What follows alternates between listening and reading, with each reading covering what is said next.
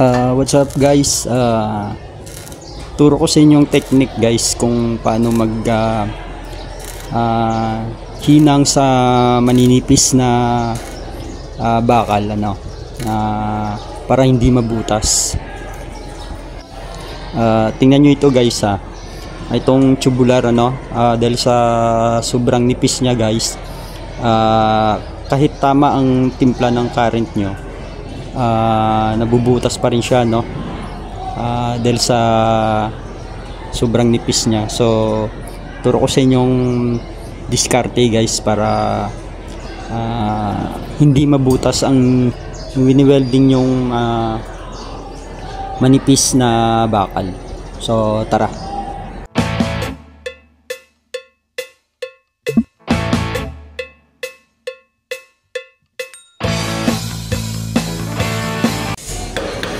Kumuha lang kayo ng welding rod guys, tapos tanggalan nyo ng flux tapos yun ang gawin yung filler rod,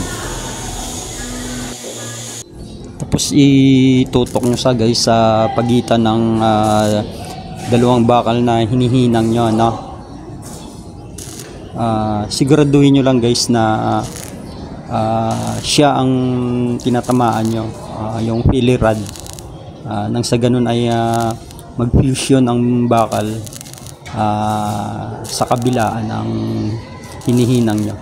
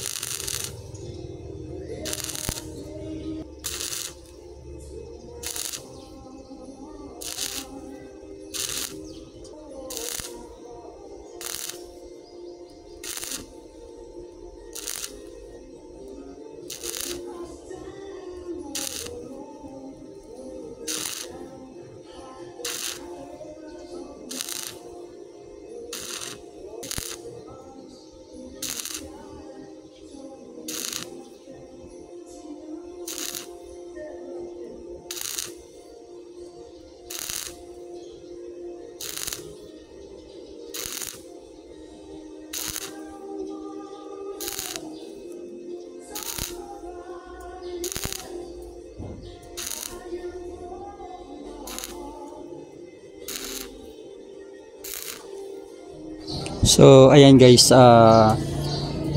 tuloy-tuloy ang hinang nyo na hindi nabubutas ang bakal na wini-welding nyo guys. So ganun na ang technique guys para hindi mabutas ang wini-welding yung maninipis na bakal.